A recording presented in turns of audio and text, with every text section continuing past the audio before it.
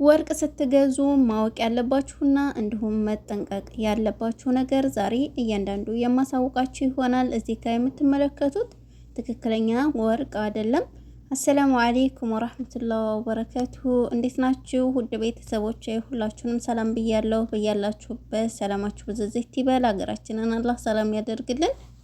ዛሬ ቀኑ እንደምናውቀው ኦሮብ ነው፣ ዲሴምበር 31 2025።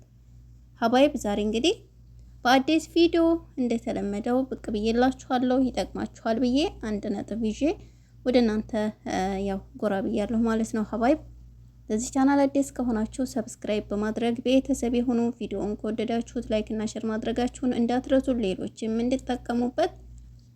ዛሬ እንግዲህ ይዤላችሁ የመጣሁት እዚህ ጋር እኔ 21 ካራንት ሳኡዲ የአንገት ሀብል ነው ይሄ ማሳያችሁ ማለት ነው። ያው እስከ ዛሬ በተደጋጋሚ 21 ካራንት ባህሬን ይዤላችሁ እየመጣሁ ነበር። ልዩነቱ ምን ይመስላል የሚለውንም አብረን የምንመለከት ይሆናል። ሀባይብ እንግዲህ ወርቅ ስትገዙ ራሳችሁ ሱቁ ድረስ ሄዳችሁ ብትገዙ አሪፍ ነው ብዬ አስባለሁ። ምክንያቱም ኦንላይን የምትገዙት አስተማማኝ ስለማይሆን ማለት ነው። መግቢያ ላይ ያረኩት ያው እህታችን በእርግጥ እሷ ወርቅ ነው ብላ አይደለም፣ ትክክለኛ ወርቅ እንዳልሆነ ራሷ ተናግራለች። ያው የፈለገ ይግዛ ብላ ነው። አውቀሽ ተደፋሽ ቢረግጦሽ አይክፋሽ እንደሚባለው ማለት ነው። ነገር ግን እሷ ተናገረች እንጂ ሳይናገሩ ወርቅ ነው እያሉ የሚሸጡ ልጆች አሉ። ባወጣቸው ደስ ይለኝ ነበር። ለኔም ደግሞ ትንሽ ይከብዳል፣ ግን ማውጣቴ አይቀርም ወደፊት ማለት ነው። ወደፊት አወጣቸዋለሁኝ። ነገር ግን ውዶችዬ እኔ ዝጋ ላስጠነቅቃችሁ ማወቅ ያለባችሁ ነገር ምንድን ነው? እናንተ ኦንላይን አትግዙ። በቃ እኔ እነሱንም አወጣኋቸውም አላወጣኋቸውም ልዩነት የለውም። አትግዙ፣ በቃ አትግዙ፣ አለቀ። ለምንድን ነው እናንተ ሄዳችሁ አትገዙም? ምንም ኮንትራት ቤት ብትሰሩ በእርግጥ እናንተ በፈለጋችሁ ሰዓት ላይ ወስዷችሁ ይችላሉ አረቦቹ። ነገር ግን በቃ ለምናችሁ አንድ ቀን ይሳካል። ተስፋ አትቁረጡ። ያልሆነ ነገር ገዝታችሁ በኋላ ከምትለድሙ ማለት ነው። ለምንድን ነው ይሄን የምላችሁ? ብዙ ጊዜ እኔ እናገራለሁኝ። እንደው አዲስ ሰብስክራይብ እያደረጋችሁ የምትከታተሉኝ ለናንተም ይሆናል ማለት ነው። እና እባካችሁ ፎርጅዱ ላይ ወርቅ ያፈሱበታል ማለት ነው። ይሄንን እወቁ እስኪ። ወርቅ ካፈሰሱበት ወርቅ ነው እያሉ በወርቅ ሂሳብ በወርቅ ዋጋ ለናንተ ይሸጡላችኋል። እናንተ ደግሞ አንድን ሰው ብዙ ሰው አሁን በተለይ አረብ ሀገር ያለን እህቶች የምንታለለው ለምን እንደው ታውቃላችሁ? አንድን ሰው ሚዲያ ላይ ያየነውና ወጥቶ ስለተናገረ ብቻ ጥሩ ነው ብለን እናስባለን። እንግዲህ የውስጡን አላህ ነው የሚያውቀው። ባፉ ስላወራ ብቻ እኛ መልካም ነው ብለን ብዙ ሰዎች የሚጭበረበሩት ገንዘባቸውንም እንዲሁም ደግሞ ኦንላይን የሚገዟቸውን ነገሮች በዛ ሰው ምክንያት ነው። ስላዩት ብቻ ቪዲዮ የ2 ደቂቃ የ3 ደቂቃ ቪዲዮ ወጥቶ ስላተናገረ ብቻ ማለት ነው። ስለዚህ አትሞኙ። ሰውን ጠለቅ ብላችሁ ሳታውቁ ራሳችሁ አትሸወዱ ማለት ነው።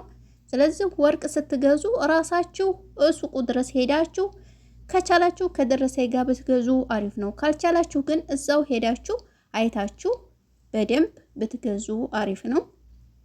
ብዙ ልጆች ኦንላይን እየሸጡ ነው። አሁን ላይ በጣም እየተስፋፋ ነው። ይሄ ማወቅ አለባችሁ፣ ልትጠነቀቁ ይገባል በሚለው ነው እንግዲህ የምትሸጡ ልጆችም ብትጠነቀቁ አሪፍ ነው። ምክንያቱም አረብ ቤት ስንት ሆነን ገንዘቡን እንደምናገኘው ሁላችንም እናውቃለን። የሰው ገንዘብ በጣም ከባድ ነው።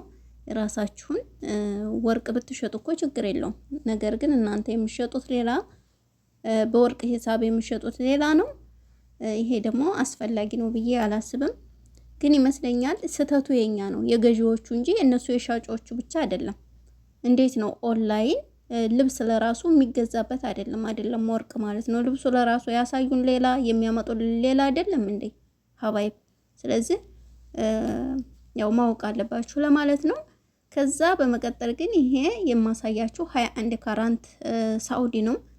በእርግጥ ለምኝ ነው ይሄንን ቪዲዮ የልጅቷ ነው ልስራበት እስኪ ብዬ ነው ይሄን ቪዲዮ የማሳያችሁ ማለት ነው። ለእናንተ ዲቡልቡሉ ነው ገመዱ እንደምታዩት 21 ካራንት በወፍራሙ ዲቡልቡል ነው። ስለዚህ ስትገዙ መስነያ 21 ካራንት ባህሪን የሚለውን የባህሬን 21 ካራንት የሆነውን ግዙ። የሳዑዲው አይረባም እንደምታዩት ልዩነት አለው ማለት ነው። ያኛው በጣም ነው የሚያምረው 21 ካራንት ባህሬኑ ማለት ነው። በጣም ያምራል። ሁለተኛ ደግሞ ስንሸጥ ለራሱ ልዩነት አለው። ወርቅ ስትሸጡ ሁሉም አንድ አይነት አይደለም። ይዘን ሄደን መሸጥ ብንፈልግ የሚገዙን ወርቅ ስለሆነ አይደለም። 18ቱን ካራንት በዛው በቅናሽ 21ዱንም እንደዛው 22ቱንም 24ቱንም የሚገዙን እንደ ጥራቱ ነው እንጂ ወርቅ ስለሆነ ብቻ በወርቅ ዋጋ ይገዙናል ማለት አይደለም። ሁሉንም አንድ አይነት 22 እና 24 21 ይዘሽ ብትሄጂ ሁሉንም አንድ አይነት ይገዙሻል ማለት አይደለም። ይሄን ማወቅ አለብሽ። ከገዛሽ ገንዘብሽን ካወጣሽ አይቀር ጥርት ያለ ወርቅ ገዝተሽ ብታጌጭበትም ብትሸጩም የሚጠቅም ነገር ላይ ገንዘባችሁን አውሉ ለማለት ነው። ስለዚህ ከአጭበርባሪዎች ልትጠነቀቁ ይገባል። ውድ ቤተሰቦቼ ለዛሬ እንግዲህ ይጠቅማችኋል ያልኩትን ቪዲዮ ነው ይዤላችሁ የመጣሁት። በሌላ ቪዲዮ እስከምንገናኝ ለእኔም ለእናንተም መልካም ጊዜ ይሁንልን። በነገራችን ላይ እዚህ ጋር እንደምጨምርላችሁ ነገር እኔ ሁልጊዜ 21 ካራንት የማመጣው ለምንድን ነው? ጥሩና ተመራጩ እንደውም ሀገራችን ይዛችሁ ገብታችሁ እንሽጥ ብትሉ ተፈላጊው እሱ ስለሆነ ጥራቱ በጣም አሪፍ ነው። 22ቱም 24ቱም ቆንጆ ነው ጥራቱ፣ ግን ተመራጩ 21 ካራንት ስለሆነ ነው ሁልጊዜ ግዙ ምለው እሱን